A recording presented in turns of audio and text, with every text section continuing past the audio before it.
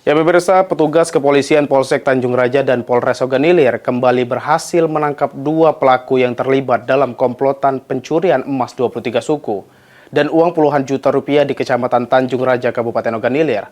Dengan tambahan dua pelaku ini, semua pelaku berhasil ditangkap polisi. Imbauannya Pak ke masyarakat terkait. Hal ini dikemukakan Kapolres Oganilir AKBP Bagus Suryo Wibowo. Menurutnya kedua orang pelaku pencurian terakhir ditangkap A dan S di wilayah Kabupaten Pagar Alam pada 18 Februari 2026 lalu. Sebelumnya polisi berhasil menangkap 3 orang pelaku pencurian emas 23 suku. Ketiga pelaku yang ditangkap petugas unit Reskrim Polsek Tanjung Raja dan unit Reskrim Polres Oganilir. Ketiga pelaku tersebut berinisial AS 28 tahun, DA 31 tahun, dan AM 43 tahun.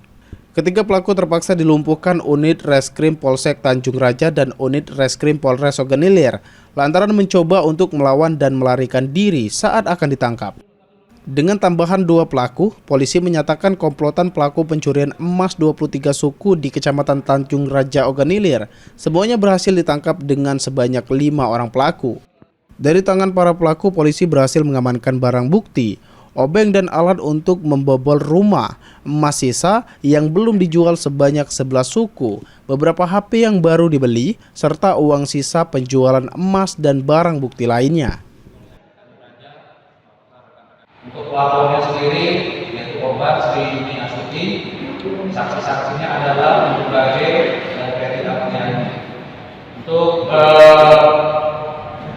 mungkin ini sekedar informasi bahwasanya ini kejadian ini yang sempat viral di awal tahun, yaitu pencurian dengan keberatan dengan korban kerugian korban ini kurang lebih sekitar 446 juta, yaitu terdiri dari uang tunai dan emas banyak. Polres Oganilir menghimbau kepada masyarakat Oganilir untuk meningkatkan kewaspadaan dan keamanan rumahnya dengan melengkapi keamanan dan kamera CCTV, tidak meninggalkan barang-barang berharga di rumah.